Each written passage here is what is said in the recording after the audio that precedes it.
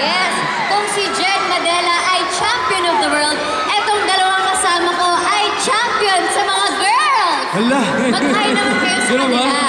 Hello, hello. Hi guys, good evening po. Sana po nag-enjoy kayo. Ayun. Maraming pong salamat talaga sa lahat sa pagpunta niyo dito ngayon. At gusto po namin magpasalamat sa mga special guests namin tonight na sina ABS-CBN President Ms. Charo Santos Concho, ABS-CBN Channel Head Ms. Cory Vedanes, Star Cinema Managing Director Ms. Malu Santos, Star Cinema Head of Creatives, Award-winning Director Olive Damasan. Maraming Olive, thank you. Yes, maraming salamat po sa inyong lahat. At sa lahat po nang nandito ngayon, gusto ko pa kayong imbitahan sa bagong movie namin ni Gerald.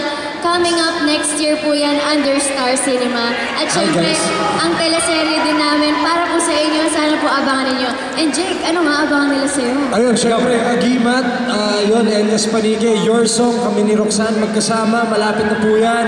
Meron din kami Precious Hearts ni Christina at saka Ruby po next year. Sana po supportahan ninyo. Naku! Yes! Alam mo ba rin total, binanggit mo na si Angelica. Sino pa ba ang mga sexy actresses ng Star Magic? Ay ako, isa sa pinaka-sexy si Ate Roxanne. Sinasabi ko na nga po sasabihin mo yan. Nandiyan na naman si Wendy Valdez, Erica Padilla at Banks Garcia. At syempre, sexy din sila Nina Dolino, Regina Agnes Casponti. Kaya guys, lahat sila nandito.